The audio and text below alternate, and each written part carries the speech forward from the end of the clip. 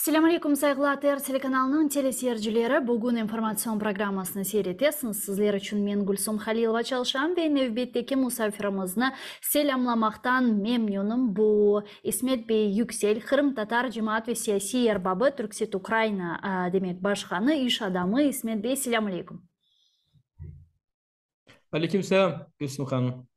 İsmet Bey, bugün sizden laf etmege planlaştırganımız birçok meseleler var ve elbette ki en baştan bu savaş başlaganından sonra sizin tecrübeleriniz etrafında laf etmege isterdim. Aslında 24. Şubat sabahını siz nasıl karşıladınız? Neyle uyandınız? Haberlerini kaydan aldınız buyurunuz. Nasıl hatırlaysınız? Ee, Şimdi 24 Şubat, 23 Şubat, 22 Şubat öyle aytmak gerek. İşte birkaç gün öncesinden doğrusunu söylersem yani benim şöyle bir inancım var dedi. Yani evet, Rusya, Putin her vakit olan gibi e, laf ete ama e, şeylik yapar, Donbas tarafına saldırır, o taraflara girer ama Kiev'e kadar geleceğini, Kiev'e kadar bu kadar saldıracağını, yani bu kadar kuduracağını tahmin etmiyordum açıkçası. Ya düşünmeydim ben. Hatta etrafımdaki olan insanlara, özellikle Gayana bana diyordu ki yani işte bu savaş olacak. Bu çok hem de kötü olacak derken ben ona sakin olun, hiçbir şey olmaz, yapmaz etmez diye. Benim inancım açıkçası böyle bu kadar savaşın bu kadar kızışacağından tahmin etmiyordum. Haber yani olmaz diye düşünüyordum ben. Benim düşüncem buydu. Yani siz mantıken mi düşünüyordunuz? İşte Mantıken Putin'in düşünüyordum. saldırması çok gayet mantıksızdı çünkü. Yani şöyle düşünüyordum. Yani şöyle düşünüyordum ben açıkçası. Daha iyi niyetli düşünüyordum. Ee, Yani iyi taraftan bakıyordum. Diyordum ki tamam, eyvallah. Bu Rusya, Ukrayna tarafından şimdi hem bu kendi sistemi Slav halkı hem kendi halkım diye bunu hitap ediyor Putin, Ukrayna halkına. Bunu yaparken de bunun üstüne bu kadar bombalar atacağını, böyle bir şey yapmaz diye ben tahmin ediyordum. İşte savaşın belli bir kısmı, en azından Putin yapsa bile ne, bunun halkı buna müsaade etmez diye düşünüyordum. Hep iyi taraftan, iyi niyetli düşünüyordum her zaman. Öyle olacağını düşünüyordum ama hayal kırıklığı demeyeyim de Rusların ne olduğunu iyi bildiğimiz için Putin'in yani bir şey, Türkçe bir laf vardı, çığırdan çıkmak diye. Putin'in bu kadar çığırından çıkacağının hakikaten düşünmüyordum. Yani elbette ki diktatörlerin hepsi bir şey vardır. Bu tür hareketleri her zaman vardı. Tarihte bunu çok yaşadık.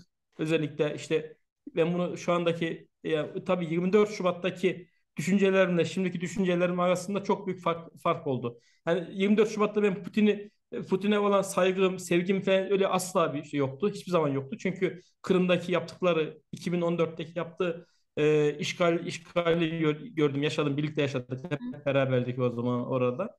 Neler yaptığını bildiğim için yani orada Kırım'ın farklı bir stratejisi vardı, farklı bir özelliği vardı. Ama bunu Ukrayna için yapacağını hiç düşünmüyordum. Hı hı. Benim düşüncem oydu. 24'ündeki başladıktan sonra hatta bir gün önceki, yani şöyle söyleyeyim, 22 Şubat'ta düşündüğümle artık 25 Şubat'taki düşündüğüm arasında çok büyük farklar çıktı. Artık dedim ki bu adam artık eğer bunu yapabiliyorsa, böyle bir şeyler yaptıysa bundan her şey beklenebilir. Her şey beklenir ve Ukrayna'nın zor bir sürece başladığını ondan sonra anlayabildim ancak. Öyle diyeyim Siz yani size. Kiev'deydiniz, doğru mu anlıyorum, 24. Şubat'ta Tabii bunu? tabii Kiev'deydim. 24 Şubat'ta Kiev'deydim. Kiev'deydim. Hatta o gün işte biz hep birlikte, bizim orada bazı Türk arkadaşlar vardı. 24 Şubat'ta işte bombalar düşmeye başladığı gün biz akşam çıkmaya karar verdik. Dedik ki şeyden çıkalım, Kiev'den çıkalım. İşte bakalım, güvenli bölge gider. Çünkü burada arkadaşlarımızın da, benim o çok yakın samimi olduğum Türk arkadaşlarımız vardı. Hatta Kırım Tatarlardan da bazı arkadaşlarımız vardı. Onlarla da birlikte anlaştık. Konvoy halinde, en azından tek gitmeyelim, konvoy halinde 4-5 araç birlikte gidelim diye. Orada arkadaşımızın birisinin evi de Hostomel tarafındaydı. Hı hı. Şeyde onu akşam saat 8, 9 gibi, akşam o gün Hostomel tarafına doğru hareket ettik. Oradan o da bize dahil olacaktı ve birlikte hareket edecektik. E, köyün girişinde köyün için ismini tam söyleyemem, hatırlamıyorum şimdi. Köyün girişinde varillerle, yani varil işte bu çapçak diyor Tatarcası, çapçaklarla e, üniformalı insan yakmışlar, orada bekliyorlardı köyün girişinde. Bizim arkadaş, o Türk arkadaş dedi ki bu köyün adamları değil dedi. Köy insanları değil bunlar. Çünkü köyün insanı olsa bilirdik, tanırdım dedi. Asla değiller dedi. Benim tahminim işte Rusya'nın şeyleri, bu ajanları, Rusya'nın Sabotaj. gönderdiği öncülerdi. O köyün etrafını tutmuşlar. Zaten biz o gün evet, evet, çıkarken köyden çıkarken zaten artık bomba sesleri başlamıştı. Üstümüzden füzeler geliyordu, geçiyordu. Onları gördük biz. Üstümüzden geçtiğini. O gün Hı. öyleydi. Ondan sonra artık Ukrayna'nın batı bölgesine ilerlediniz anladığıma göre ve oradan işinize devam ettiniz. Şöyle Ukrayna'nın batı bölgesine şu şekilde yaptık. Ee, Yine o gün zor bir gündü. Hı hı. Yani Çernovtsi tarafına doğru hareket ettik. Çernovtsi'den oradan Romanya ve Türkiye diye planlıyorduk. Yalnız biliyorsunuz Kiev ve Çernovtsi arası e, 6 saattir, o Evet. kadardır. Biz o kadar çok araba vardı ki, o kadar çok insanlar vardı ki biz orayı ancak herhalde 22 saatte geçebildik. O saati hiç arabanın içindeydik, sürekli adım adım ilerliyorduk. Çernovsi'ye geldikten sonra da yaklaşık olarak bir 24 saat falan civarında da bir sınırda bekledik. Sonra çıktık. İşte çünkü benim şeyde vardı. Kızım vardı, eşim vardı. En Hı hı. az onları çıkartıp tekrar benim niyetim onları çıkartıp tekrar geri dönmekti. Böyle bir düşüncem vardı benim. Hı hı. Gayanalar falan hepsi bir çıksınlar, çünkü en azından bir de o anki psikolojiyle tam sağlıklı karar da veremiyorsunuz Tabii. ne olduğunu. Çünkü ailem var. Ailemle birlikte. O yüzden dolayı da Çernovsi tarafından çıktık Romanya. Romanya üzerinden Edirne'ye geldik. Gayana ile birlikte. O sırada Canike, yani kızım Çernovsi'de kalmak istedi. Onu biz vaktince oraya bıraktık. Çünkü güvenli bölge. Nişanlısıyla birlikte. Çünkü nişanlısı çıkamıyordu. Hı hı. Nişanlısıyla birlikte onu oraya bıraktık ve Gayana'yla geldik Edirne'ye. Edirne'ye geldik. Edirne'den işte benim akrabalarım, ailem Ankara'da. Ankara'ya gelme düşüncesindeydik. Hı Ama hı. Edirne'de öyle bir şey oldu ki tam o sırada işte Rıfat Çuvarovlarla konuştuk. E, Bizim Kiev'den gelen Kırım Tatarlar e, özellikle savaş bölgelerinden e, Edirne'ye geldiğini duyduk. Ben şimdi orada hem Türkiye'yi bilen bir insan hem de Kırım Tatarlarını tanıyan bir insan olduğum için Edirne'de kalarak Gayen'le birlikte gelen Kırım Tatar mültecileri organize ettik. Orada kapıda Peki, karşıladık. İşte oradaki göç idaresindeki gelen insanlara yardımcı olduk. Orada Edirne'de bir hafta kaldım. Yani sırf bunun için bir hafta kaldık. peki, bu konuda biraz teferruatlıca konuşmak istemiştim. Gerçekten savaş başladığından sonra Türkiye'ye tahliye olunan, mülteci olarak giden birçok Evet, Kırım Tatarların var olduğu bilgilerine sahibiz. Biliyoruz zaten bunun için evet. koordinasyon merkezi kurulmuştu Ukrayna'nın batı bölgesinde. Ve Edirne zaten Kırım Türklerinin çok yaşadığı bir bölge, şehir. Evvelezelden gelmiş böyle. Çok mu fazlaydı gelen Kırım Türklerinin rakamları? Hangi problemlerle karşılaşıyorlardı o bölgede? Ne gibi sorunlar vardı? Ne nedenle çözülmüştü? Bunu biraz anlatabilir misiniz?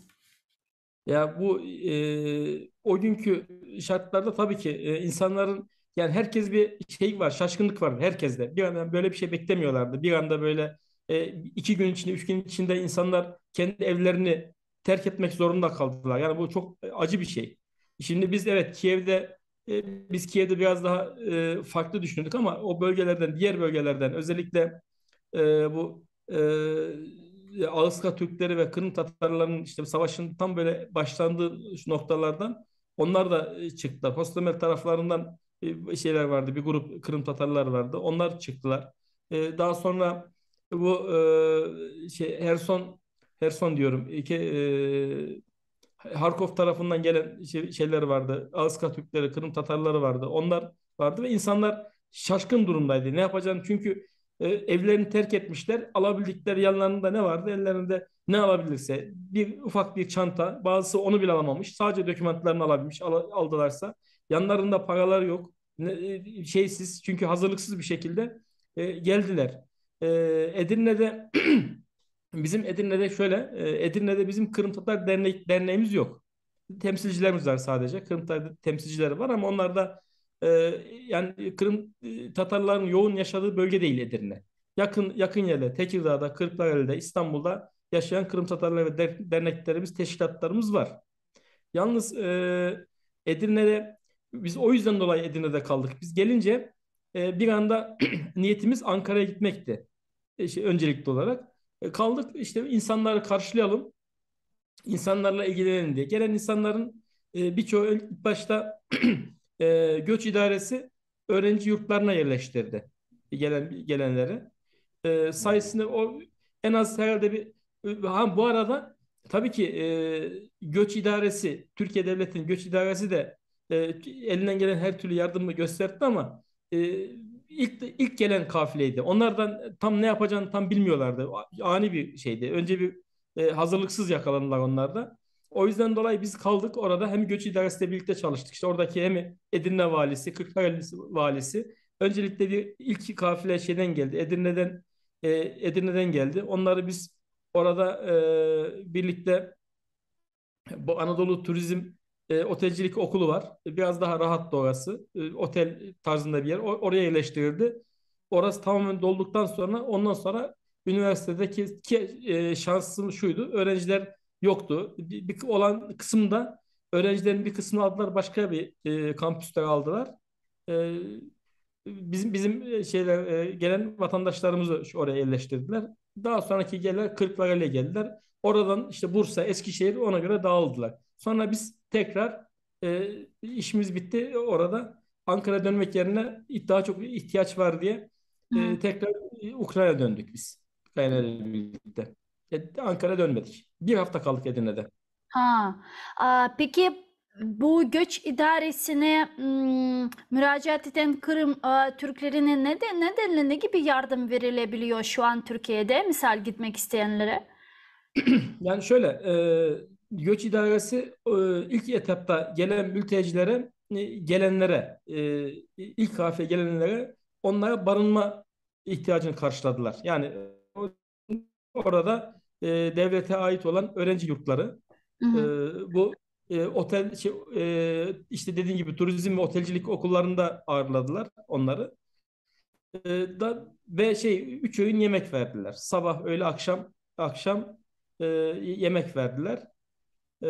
Başka onun haricinde e, fazla bir yardım dokunmadı. O kadar Hı hı. oldu göç idaresi. Çünkü Türkiye'de tabii ki biliyorsunuz ciddi bir şey var. Mülteci sorunu var Türkiye'de. Evet. Suriye'den, Afganistan'dan, Orta Asya'dan çok fazla şeyler geliyor. Mülteciler geliyor. Türkiye bununla ciddi şekilde uğraşıyor. Tabii ki bu arada Ukrayna'dan gelen Kırım Tatarlarına ayrı bir özellikle çünkü kendi vatandaşları gibi görüyorlar. Kendi insanları gibi gördüklerinden dolayı biraz daha fazla yardımları dokunuyor. Şimdi çok 8 yıllık yani uzun süreli oturum izni çıktı.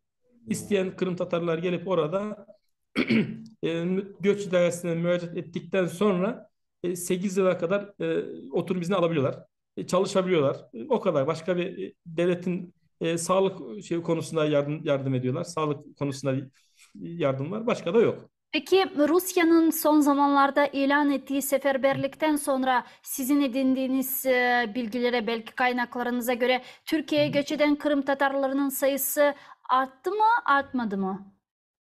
Şimdi biz şu anda ben Ankara'dayım. Hemen hemen her gün Ankara'da derneğinde birlikte bizim dernek arkadaşlarla birlikte çalışıyoruz oradaki insanlarla. Şimdi bayağı insan geliyor. Özellikle İstanbul tarafları ve İstanbul, Antalya tarafında çok fazla gelen insan var. Bizim Kırım Tatarlarından ve Kırım'dan.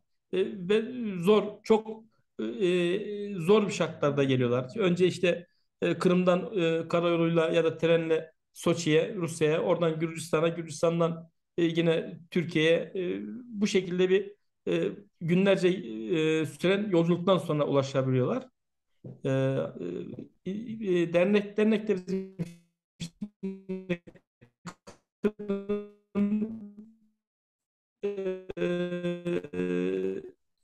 Türklere kötü yaklaşmaya hemen hemen dolmuştur. 3-4 odalı yerlerimiz vardı. Oraları tamamen dolduruldu. İşte yataklar satın alındı. İnsanlar evlerinden e, yorgan, battaniye, işte bardak, çanak ne getiriyorsa getirdi.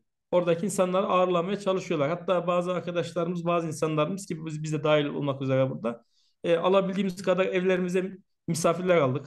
Hı hı. İlk zamanda. Daha sonra oradan biz evlerden işte iş bulan arkadaşlar gidiyorlar ya da akraba işi parası olan otele yerleşiyorlar. Ama benim gördüğüm kadarıyla Ankara'da, İstanbul'da da daha İstanbul'da görmedim ama İstanbul'da çok yoğun bir çalışma var. Ankara'da bayağı bir arkadaşlarımız geldi Kırım'dan. Hı hı. Şimdi Ukrayna'ya dönecek olursak siz Türkiye vatandaşı olmanıza rağmen uzun zamandır Ukrayna'da yaşıyorsunuz. Hem Kırım'da bu oldunuz hem Kiev'de son zamanlarda yaşıyoruz beraber. Şunu söyleyeceğim, aslında Ukrayna'nın bu denli direniş sergileyeceğine siz şahsen inanıyor muydunuz? Yani bu kadar şiddetli bir direniş göstereceğini bekliyor muydunuz? Yani şöyle inanıp inanma meselesi değil ama Ukrayna'nın tabii ki bu Donbas'taki yapmış olduğu faaliyetler şunu görüyordum ben açıkçası. Şimdi elbette ki 8 yıl boyunca bir işgal oldu. Kırım'dan sonra Donbas. Bu arada orada Ukrayna Silahlı Kuvvetleri Donbas bölgesinde bir tecrübe edindi.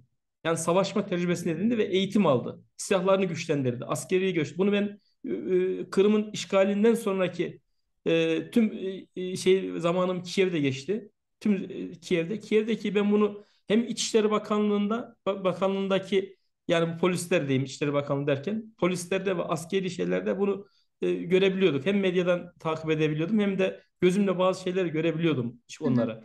İlerleme vardı ama bu şekilde bu seviyede bir direniş olacağını açıkçası tam tahmin etmiyordum. Yani bu böyle bir direniş olabileceğini düşünmüyordum.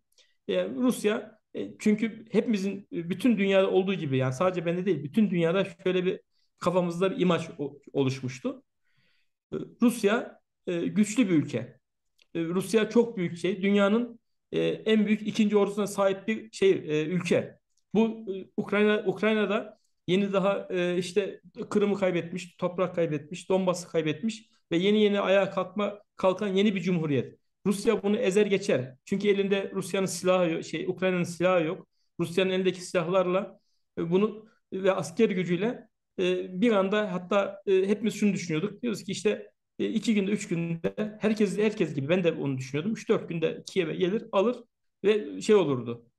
Öyle olur diye düşünüyorduk. Ama Ukrayna askerinin bu şekilde direniş ki bunu tabii ki ben kesinlikle Zelenski'nin orada Cumhurbaşkanı'nın sağlam durmasına bağlıyorum. Eğer Zelenski orada ilk gün sağlam durmasaydı, eğer gitseydi, kaçsaydı ve ordu tamamen dağılırdı. Onun güçlü demeçleri, güçlü duruşu askerlere ve halka yansıdı. Ve bu askerlerin bunu engellenmesi gelen Rusların saldırılarını taarruzlarına iyi bir savunma yapması halka da çok büyük moral oldu. Yani o yüzden dolayı tahmin etmiyordum, beklemiyordum ama daha sonra savaşın ilk yerinden sonra artık umudum çok yükseldi. Yani kesinlikle Ukrayna zafer alır, zaferi kazanır diye kafamda ve işte görüyorsunuz da sosyal medyada da aktif olarak kullanmaya çalışıyorum elinden geldiği kadar. Evet. E, Sosyal medyada bunları işte biz de yani elimizden ne geliyorsa onu yapmaya çalışıyoruz. Evet, sosyal medyaya daha geçeceğim. Onu da tavsiye teferruatlıca konuşmak lazım diye düşünüyorum ama Evet. ondan önce şunu da sormak istedim. Aslında sizce yani Putin'in hatası nedeydi? Neredeydi o Putin'in hatası? Yani neye güvendi sizce? Putin şimdi şöyle ben şu şekilde diyorum. Yine işte bu özellikle Türk medyasından bu Rus yanlı taraftarlı ve taraftarlarından çıkarttığım ve Rus medyasını takip ettiğim kadarıyla bir şey vardı. İnanılmaz bir özgüven vardı Putin'de. Yani çünkü askerine güveniyordu, ordusuna güveniyordu ve kendisi de bunun çok güçlü olduğuna gerçekten inanıyordu. Ama onun güçlü olmadığını daha sonra kendisi farkına vardı. Vardı ama artık işten geçmişti. Hı hı. Geriye dönüş yapamaz. Geri dönüş yapması da çünkü Putin gibi bir diktatöre kendisine göre yakışmazdı. Şimdi bu askerlere güvenmesi, işte kendi gücüne güvenmesi böyle bir özgüvenle Ukrayna saldırdı ama Ukrayna'nın hepimiz gibi Ukrayna'nın bu şekilde direniş göstereceğine Putin de hiç inanmıyordu ve böyle bir şey olacağını bilmiyordu ve e, en önemlisi bana göre Putin'e şey verdiler. Yanlış istihbarat verdiler. Ukrayna ile ilgili çok yanlış istihbaratlar verdiler ki zaten o da hepimizin bildiği ilk zamanlar bu Ukrayna'daki istihbarat bölüm başkanlığı ve şeylerini görevden aldı ve hatta hapse attığını hepimiz de biliyoruz. Yani bu klasik bildiğimiz Evet. haberler. Yani bunu yanlış bilgilerle yönlendirdiler ve o kendisi bir güvenle gelip Ukrayna alacağını zannetti.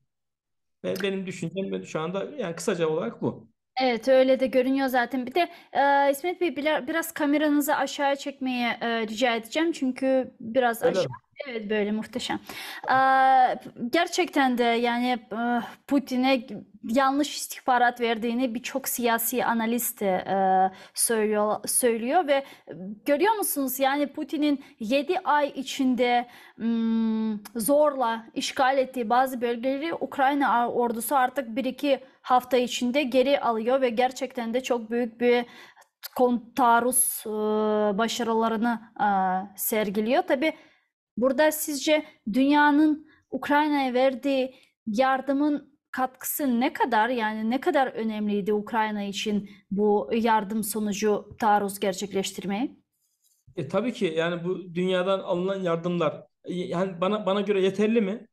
Kesinlikle yeterli değil. Çok daha fazla olması gerekiyordu yardımın. Hatta savaşın ilk başladığı zaman biraz hem Avrupa'da hatta Amerika'da çekimser davrandı. Tamam yardım edelim ama yardım edelim ama işte yani uzun füzeler vermeyelim bunlara. Daha şey verelim, az daha silah verelim. Tank işte daha eski model tanklarla idare edelim gibi şeyler vardı.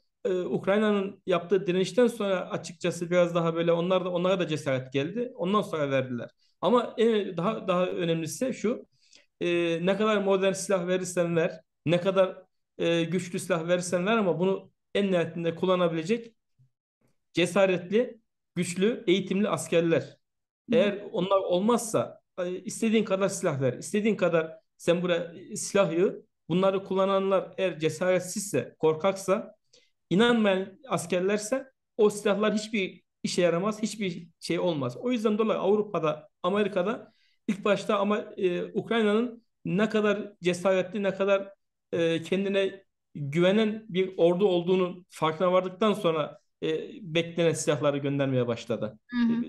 Benim düşüncem o şekilde. Zaten Rusya ordusunun sorunu da bu. Motivasyonları olmamaları. Evet. Çünkü neden buraya geldiklerini bile bilmiyorlar, yani esirlerin röportajlarına baktığımız zaman. Doğru, doğru. Yani Rusya'nın ordusu yani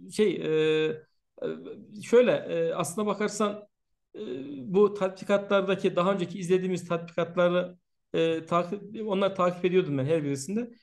Çok acemice işler yapıyorlardı. Yani bu çok gülünç makinelerin işte bu tankların ya da bu kullandıkları silahların e, böyle çok komik şeyler vardı. Görüntüleri vardı. Askerlerin hatta e, bu bu savaşacak askerler bunlar mı diye kafamızda öyle şeyler geçiyordu ama bu denli ya bu kadar zayıf olabileceğini hakikaten tahmin etmiyorduk. Yani Rusya'nın. Gerçekten çok şey çıktı, boş çıktı. Şans işte seferberlik ilan edildi işte ya kısmi seferberlik. Gelen askerlerin işteki görüntüleri videoda işte sosyal medyada özellikle Telegram sayfalarında görüyoruz. Yani nasıl ne tür askerlerin geldiğini, eğitimsiz, tamamen Rusya bunları bir şey olarak, yani bu Türkiye şeyde Ukrayna'da çok kullanılan et yığını olarak gönderiyorlar. Önde e, git işte ön tarafta öl ve bu şekilde sen Rusya'ya hizmet edeceksin mantığıyla hareket ediyor Hı hı. Rusya. 24. Şubat 2022'den sonra Türkiye Cumhuriyeti'nin sergilediği e, yani bu savaş konusundaki pozisyonu konusunda, tutumu konusunda ne düşünüyorsunuz? Şimdi Gülsün Hanım, ben o Türkiye'yi ve Türkiye'nin hem Ukrayna hem Rusya politikası açısından açıkçası bir şöyle diyeyim. Yani Türkiye Cumhuriyeti vatandaşı olarak e, o çerçeveden bakarsam Türkiye'nin dış politikasında doğru yaptığını düşünüyorum ben. Doğru hareket ettiğini düşünüyorum. Tabii ki bir eğer Ukraynalı bir şey olursa, Ukraynalı gözden bakarsam farklı bir şey olur ama ben o gözden bakmıyorum. O çerçeveden bakmıyorum. Ben Türkiye Cumhuriyeti vatandaş çerçevesinden baktığım zaman doğru bir pozisyon aldığını düşünüyorum. Çünkü Biraz açar şu mısın anda doğru pozisyon dediğiniz? tabii tabii şu şekilde. Şimdi Türkiye bu hem Rusya ile ilişkiler açısından hem Ukrayna ile ilişkiler açısından e, yani ilişkileri son derece iyi. Kötü değil. Eskiden de iyiydi, şimdi de iyi. Ne Rusya ile, çünkü Rusya gazını şeyden alıyor, Rusya'dan alıyor. Rusya ile yapmış olduğu dış ticaret yüklü ve sürekli artan bir dış ticareti var. Bu Türkiye için çok önemli. Çünkü Türkiye'nin ekonomisi de biliyorsunuz yani ne durumda olduğunu. Rusya'nın ticaretine de ihtiyacı var. Ama Ukrayna'da da çok farklı alanlarda, özellikle savunma sanayi ile ilgili güzel anlaşmaları var. Güzel işbirlikleri var bu şeylerin. Yani hem Ukrayna hem Rusya açısından da Türkiye için ikisi de önemli bir ülke.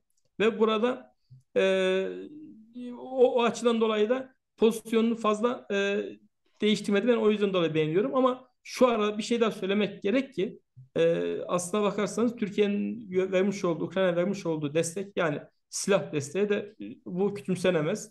Yani çok büyük. Özellikle savaşın başlangıcı sırasında işte bayraktarlar, bu İHA'lar gönderilmesi, İHA'ların oradaki Ukrayna'daki Rusların Ukrayna'ya yapmış olduğu saldırıların ilk şeylerin, onların taarruzlarının İHA'larla kesilmesi, bayraktarla kesilmesi, bu çok önemli.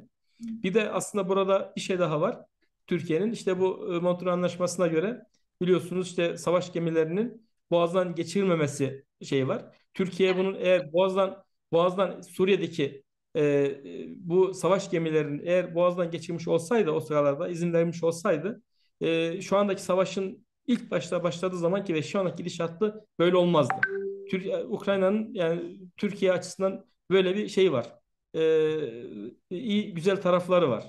Hı hı. Ama Türkiye'nin, dediğim gibi, Türkiye'nin açısından e, iyi komşuluk ilişkileri ve arabuluculuk şeyini başından beri işte yapmış olduğu hareketler doğru. Yani Türkiye açısından baktığın zaman doğru bir Peki bu. bu arabuluculuk konusunda ne düşünüyorsunuz? Yani bu iki lider arasında toplantıların geçirilmesi için yapılan işler, hem Putin'le hem Zelenski'yle yapılan telefon görüşmeleri, konuşmalar, müzakereler, ziyaretler, hem buraya Lviv'e gelmişti Recep Tayyip Erdoğan, hem Soçi'ye Putin'le görüşmüştü vesaire. Yani burada Türkiye'nin amacı ne? Şimdi şöyle her ülke, yani bu bütün ülkeler, Amerika'sı da, İngiltere'si de, Almanya'sı da herkes ilk başta kendi menfaatine bakar. Kendi çıkarlarını düşünür. Yani bu doğal bir şey. Türkiye de kendi menfaatini düşünmek zorunda. Çünkü kendi halkını düşünmek zorunda. E, bunun savaşın bütün dünyaya tabii ki etkisi e, çok fazla ama Türkiye'ye çok daha fazla. Çünkü en yakın komşular, ikisi de, her ikisiyle de ticareti iyi. Çünkü hem turizm açısından hem de diğer ihracat ürünler açısından çok önemli iki ülke var. Türkiye burada iki ülkeyi de kaybetmek istemez. O yüzden dolayı Türkiye bunların arabuluculuk yaparak iki ülkeyi barıştırıp birlikte bu yeniden bu bölgesel barışı sağlamak açısından çalışmaları yapıyor. Yani o açıdan dolayı Türkiye'nin böyle bir haklılık şeyi var. Bazıları diyor ki yani Putin artık Batı liderleriyle konuşmuyor. Macron, Scholz bunları zaten 30 metre uzaklıkta oturduklarını gördük. Sonra Guterres hatta Kiev'e geldiği zaman Hı roket hı. saldırıları düzenlemişti Putin. Yani artık Batı liderleriyle bir masa başına oturup da konuşacak bir şey kalmadı. Hem Batı liderlerinin hem de Putin'in diyorlar. O yüzden burada en böyle arabulucunun rolünü alabilecek liderler arasında Türkiye lideri, sadece Türkiye lideri Recep Tayyip Erdoğan olabileceğini söylüyorlar. Zira Putin kendisini dinliyor. Yani sizce neden? Yani Türkiye'nin Rusya açısından önemi nedir Rusya için? Neden bu ilişkilere o Yani kadar çok yani sarılıyorlar? şimdi şöyle Rusya'yla tabii Putin'le Erdoğan arasındaki ilişkiler evet hakikaten iyi. Eskiden de iyiydi. Şimdi de iyi. Ama Putin'in artık görüşebileceği, çünkü Putin gibi bir diktatör, katil bir liderin dünyada görüşebileceği hiç kimse kalmadı. Hepsi bitti. Belki o yüzden dolayı tek bir görüşecek insan var. O da Erdoğan ve Türkiye. Türkiye'de bunu tabii ki iyi kullanacak.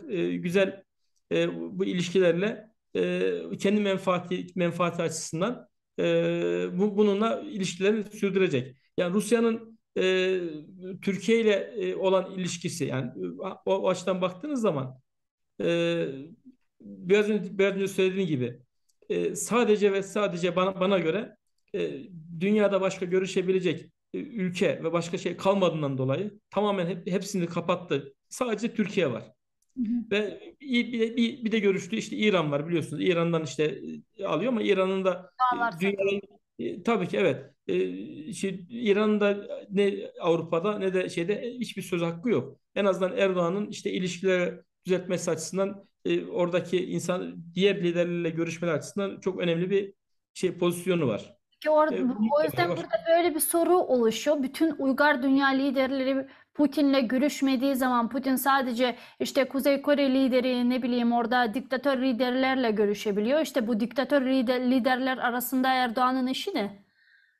Yani biraz önce söylediğim gibi tabii ki e, yani ben biraz önce dediğim gibi ben bunu tüm şeyler sorduğunuz sorulara Türkiye Cumhuriyeti vatandaşı ve Evet anlıyorum tabii. o çerçeveden baktım. Ama Ukrayna tarafından baktığınız zaman sizin gibi ben de bakardım herhalde. Derdim ki bunun ne işi var derdim ama işte öyle değil. Yani tekrarlıyorum onu. Ya her ülkenin kendi menfaatleri vardır. Amerika nasıl kendi menfaatlerini düşünüyorsa, İngiltere nasıl kendi menfaatlerini düşünüyorsa, Türkiye de kendi menfaatlerini düşünmek zorunda ve düşünecek de. Bundan yani bir şey olmaz. Doğal Hiç bir kimse şey tabii. doğal bir şey, en doğal bir şey bu. Bu açıdan yoksa ben şahsen Tayyip Erdoğan'ın Putin'den çok hoşlandığını ben düşünmüyorum. Çünkü o da biliyor. Çünkü Erdoğan kadar tecrübeli bir insan. Yıllarca Türkiye'de Başbakanlık yapmış, Cumhurbaşkanlık yapmış çok çok iyi bir siyasetçi. Dünya siyasetçilerin arasında sayılan bir insanın Putin'in nasıl bir adam olduğunu mi tanımayacak? Ya tabii ki bilir ne olduğunu ama işte ülkesinin menfaati için bunun gibi insanlarla da sabrediyor diyelim, konuşuyor diyelim, ilişkileri düzeltmeye çalışıyor diyelim diğer şeyler Ukrayna'yla. Yalnız aynı kategoriye tabii ki koyamayız biz bunu. Putin'in görüşmüş olduğu diğer diktatör ülkelerle aynı şeye koymamız, aynı kategoride olması mümkün değil. Olamaz da zaten onun. O yüzden Dediğimiz soruyorum ya yani olamaz evet, çünkü biz bunu biliyoruz olamaz. ama O mümkün aynı değil. zamanda biliyor musunuz İsmet Bey ben şunu düşündüm. Aslında Türkiye'nin bu gibi siyaseti bence açık ve gayet samimi bir siyaset. Yani birçok başka Batı ülkelerin yaptığı ikiyüzlülük yapmıyor. Yani evet Rusya ile ticaret yapıyoruz. Evet milli menfaatlerimi düşünüyoruz ama aynı zamanda Ukrayna olan sistematik desteğimiz mevcut. Bunu herkes görüyor, duyuyor. Zaten Kırım işgalini kabul etmiyoruz. Ukrayna ile askeri teknik ilişkilerimiz, ticaret ilişkilerimiz mevcut diyor aynı zamanda. Yani hiçbir şey gizlemiyor ki bazı Batı Doğru. ülkelerin yaptığı gibi. Bravo. Yani çok doğru. Yani işte bunun Avrupa'daki şeyler gibi işte aynen sen söylediklerine %100 katılıyorum. Düzgün doğru politika yapıyor. İşte bu tarım buğdayların işte tahıl adına tahıl, evet, koridoru diyoruz. Tahıl koridorunun açılmasında da sadece Türkiye kendi menfaatini değil, diğer dünyadaki ulaşılmayan, yani açlık sınırında olan bu şeylere, devletlere de yardım edilmesi açısından da çok büyük faydası dokundu, değil mi? Yani bu açıdan dolayı da eğer sadece kendi menfaatini düşünmüş olsaydı farklı olurdu. Bunu düşünmeyerek daha dünyadaki bu açlık krizinin, işte gıda krizinin biraz daha düzelmesi açısından faydası olsun diye bu tür çabalar da yaptılar. Bu da takdire şayan elbette ki. Bir de Türk kamuoyunu var. Bir Türk Evet, o Türk kamuoyunu, evet, bu çok ne yani, ben anlamıyorum İsmet Bey, bu nereden kaynaklanıyor, bu Rus seviciliği insanlar kamuoyu arasında? Çünkü ben bir Türk kanını taşıyan birisinin Rusya'yı sevebilmesine inanamıyorum, doğrusunu söylemek gerekirse. Ki zaten siz de biliyorsunuz, Twitter'da ve birçok başka sosyal medya hesaplarımızda onlarla savaşıyoruz, anlatmaya çalışıyoruz ama nereden kaynaklanıyor bu Rus seviciliği? şimdi şöyle söyleyeyim ben. Onu ben bir açıklayacağım. Yani benim kendi düşüncelerimi tabii söyleyeceğim ama ondan önce şunu söylemek lazım. Bu Ukrayna-Rusya savaşı Türkiye'deki bu Rus hayranlarını, Rus sevicileri diyelim, o tabiri kullanalım. Rus sevicilerinin ortaya çıkmasını da sağladı. Yani elbette ki biz bu Avrasyacılar, işte bu Perinçek bloğundaki insanların Rusya'ya ve Çin'e yakınlığını biliyoruz ama Hı.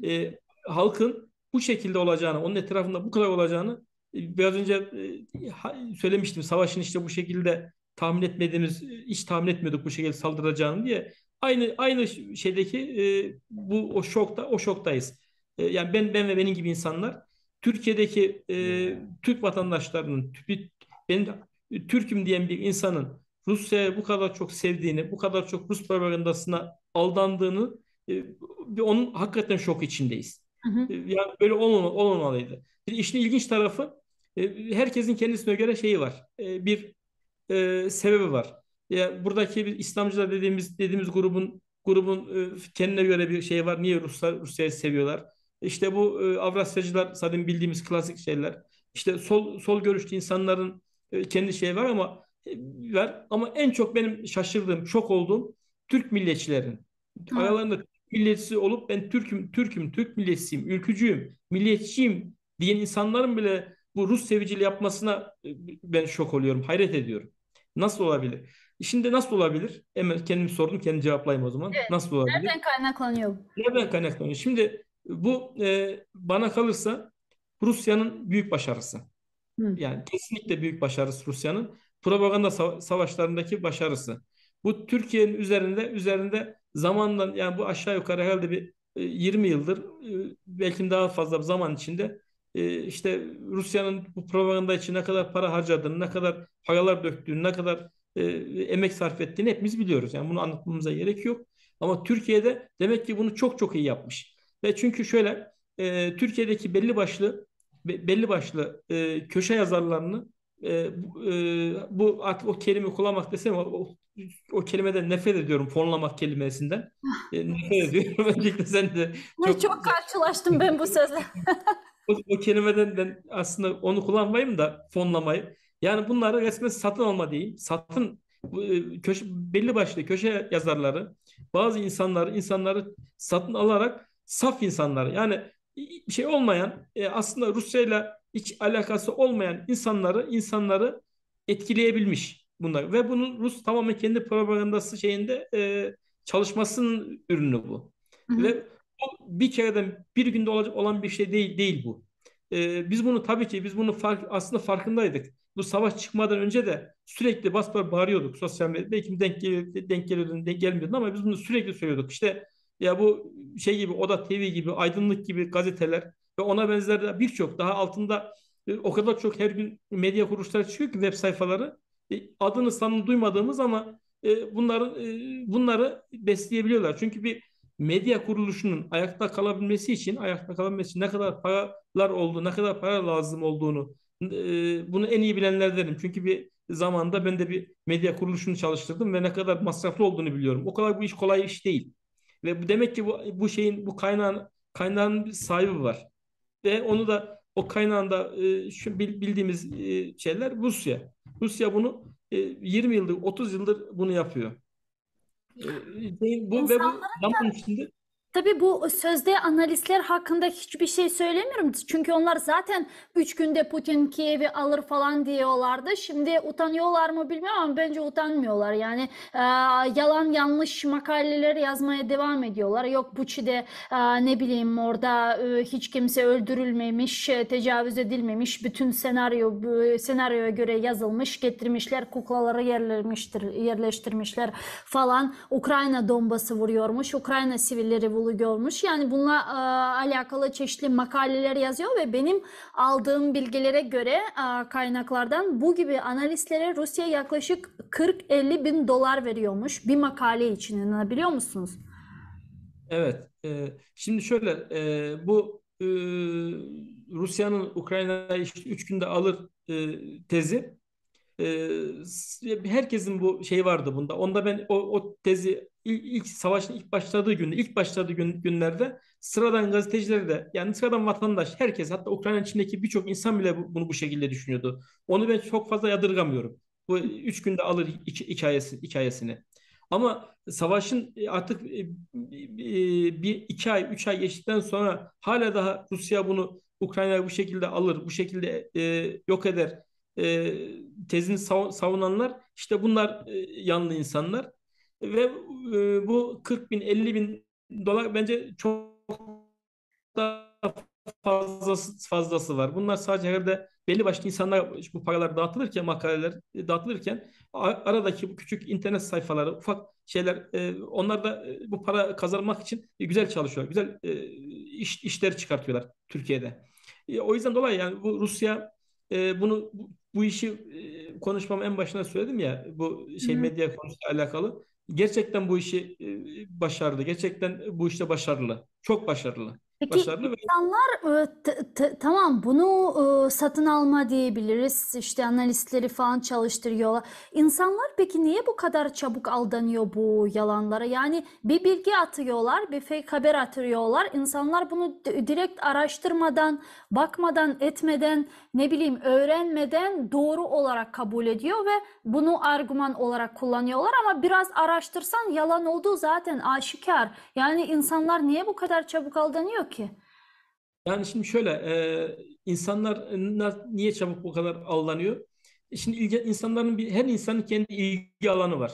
Yani biz şimdi tabii ki biz hep bir şey olduğumuz için biz her gün Kırım'da yatıyoruz, Kırım'la kalkıyoruz, Ukrayna'da kalkıyoruz. Bizim ilgi alanımız bu. Ama sıradan sokakta gezen bir işte Ahmet, Mehmet diyelim, sıradan gezen insanlar belki de Ukrayna'yı hatta birçoğu benim akrabalarım arasında da bu dahil. Onu da söyleyeyim ben. Akrabalarım arasında da dahil ve çok tanıdığım insanlar arasında da savaştan önce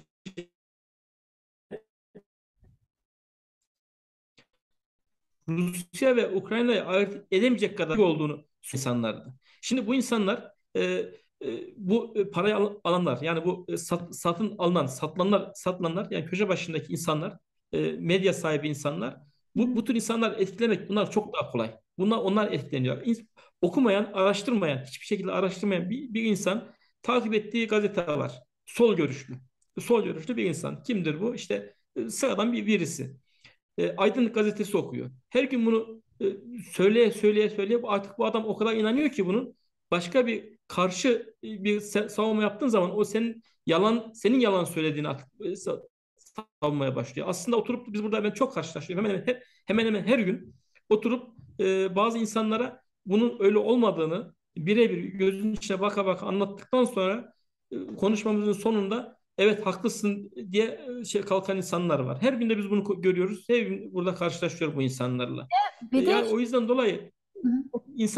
insanların en büyük eksikliği araştırmaması, okumaması. Yani eğer bir şeyi savunuyorsan, bir tezin varsa, sen ortada savunduğun bir konu varsa, sen bunun bir de karşı tarafın ne düşündüğünü ve niye böyle olduğunu okuman lazım, araştırman lazım. İşte en büyük eksiklik bu. Maalesef Türkiye'deki şey bu.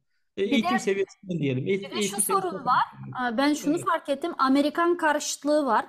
Yani Evet. Amerika, Batı Hocam. karşıtlığı, NATO karşıtlığı, Rusya'nın yaptığı katliamları, zulümleri falan meşrulaştırıyor haline geliyor. Yani tamam Rusya kötü de Amerika kadar kötü değil diyorlar. Şimdi bu Amerika karşıtlığı, NATO karşıtlığı nereden kaynaklanıyor ve sizce yani bu tezde can var mı?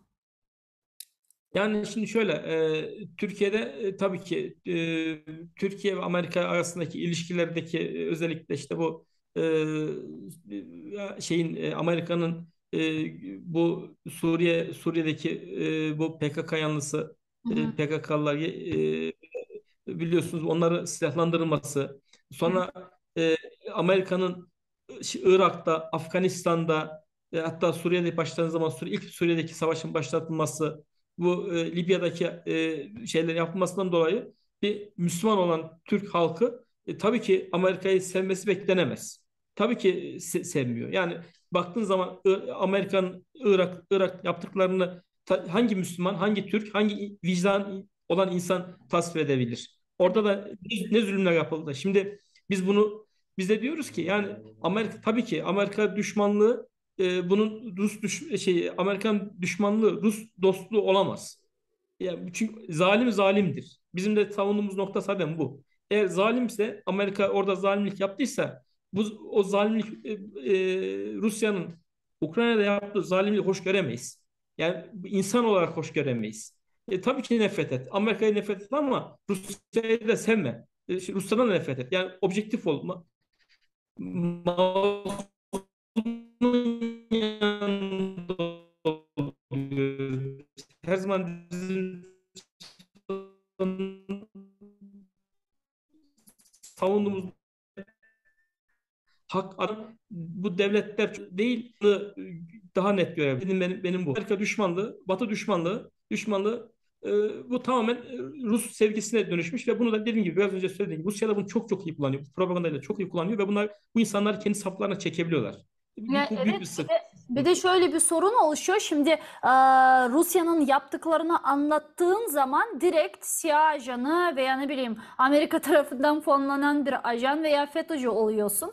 Ya otomatik bir şekilde insanlar nedense böyle düşünmeye başlıyor. Rusya karşıtıysan demek ki Amerika tarafından fonlanıyorsun ki bence bu yani gerçekten çok böyle biraz geri Özellikle sen burada çok karşılaşıyorsun onunla. çok, evet. Yani burada Konuyla buna nasıl ilgili karşılık gösterebiliriz sizce? Bununla nasıl savaşabiliriz? Ne yapabiliriz? bayağı bir kıyorsun ama ses gitti de tam anlayamadım. Duyuyor musunuz şimdi? Böyle şey yani internette galiba Ekipteki şimdi geldi. sorunlar Şimdi oluşuyor. geldi Duyuyor internet. musunuz Evet. şu an? Tam son söylediklerini anlayamadım. Evet, şimdi biz Evet, buna evet, nasıl evet. karşılık gösterebiliriz? Yani bununla nasıl savaşabiliriz? Ne yapabiliriz bununla? Yani bu Rus Son propagandasını söylediklerini anlayamadım. Evet. evet. Buyurun. Yani son söylediklerini anlayamadım. Galiba herhalde hatta internette galiba bozukluk oldu herhalde. Tam anlayamadım. Şimdi Tekrar bir duyuyor daha musunuz? sorabilir misin? Anlayamadım. Şimdi duyuyor musunuz? Şimdi iyi. Şimdi güzel. Bununla ne yapabiliriz sizce? Nasıl savaşabiliriz bu propagandayla? Yani imkanımız var mı Rus propagandasını yenmeye? Nasıl yapabiliriz? Buna insanları bilinçlendirebiliriz. Yani işte bu hani şey var İsmail Gasparalı'nın bir lafı var. İşte önce elinden gelen işten başla diye. Her fert yani biz bunu bilen insanlar her birimiz bunları etrafımızdaki insanlara işte sosyal medya aracılığıyla olabilir. Ya ve etrafımızdaki tanıdığımız dostlarımıza biz bunları anlatarak ancak bunu aşabiliriz. Yani şu andaki elimizdeki tek bu. Elimizdeki varsa elimizdeki medya gücünü biz de o şekilde kullanmalıyız. Tabii ki şeyin bu kadar paranın karşısında biz ne kadar başarılı olabiliriz? Tabii ki o biraz tartışılır. Biraz zor bir süreç olur ama bunun insanların bilinçlenmesi lazım. En önemli şey bu. Yani medyadaki bu aklı başındaki insanlar, yani bunu iyi gören insanlar da var. Yani bu tam hepsini herkese söylemek lazım. Gerçekten bu medya içinde Türkiye'deki özellikle e, medya sahibi insanlar, gazeteciler, vicdanlı, insaflı gazeteciler çok fazla. Zaten insaflı, merhametli, objektif gazeteciler, objektif insanlar bunun gerçeklerini görebiliyorlar ve gerçekleri yansıtabiliyorlar. İşte bu tür insanların sayısını arttırmalıyız. Yani sayısı artmalı. Ve tek başka bir şey olamaz. Ve bunun en sonuçlanması Rusya'nın bir an önce dağılması ve Putin'in ölmesi, yok olması. Yani bir Bütün de bence stratejik olarak Rusya'nın zayıflaması Türk dünyasının güçlenmesi anlamına gelecektir. Hem Türkiye açısından hem de başka Türkiye devletler, milletler, aslı halklar açısından Rusya'nın zayıflaması menfaatimize değil mi? kesinlikle yani Türk dünyasının yani Rusya'nın orada zayıflaması, hatta yok olması benim temennim. Yok olup gitmesi. Benim en büyük dualarım, temennimden bir tanesi bu. Böyle bir durumda işte Türk Cumhuriyetlerin dediğimiz Özbekistan, Kırgızistan, Kazakistan, işte bunlar, hatta ve diğer Rusya'nın içine hapsolmuş diğer küçük topluluklar, Dağıstan, Çeçenistan, ona benzer küçük topluluklar, onların bile özgürleşmesi demektir bunun. Yani bunu iyi anlamalıyız. Bunu güzel anlayıp da eğer kuru kuru biz milliyetçilik yapacaksak, Türk milliyetçiliği yapıp da biz bunları görmeyeceksek, Türk milliyetçiliği yapıp da Rus propagandası yapacaksak, bunda hakikaten çok büyük bir şey var. Paradoks var. Yani bu şey değil. Doğru değil bu. Çok sağ Yani, olun. sağ ol. Ben teşekkür ederim. Ulkan İsterseniz büyük teşekkürler İsmet Bey, yayınımıza koşulup suallerimizge cevap bergeniz için. Ne yazık ki artık sağollaşmak mecburiyetindeyimiz, 55 dakikamız doldu. Çok sağ olunuz. Növbeteki yayınlarımızda görüşürüz. Bugün Kırım'ı çok fazla laf etmedik. Növbeteki yayınlarımızda ayrıca Kırım'ı tafsiyatlıca, teferruatlıca laf etmemiz. Zaten bütün yukarıda laf etkenlerimiz, bütün savaş Kırım'la başladı, Kırım'la bitmeli.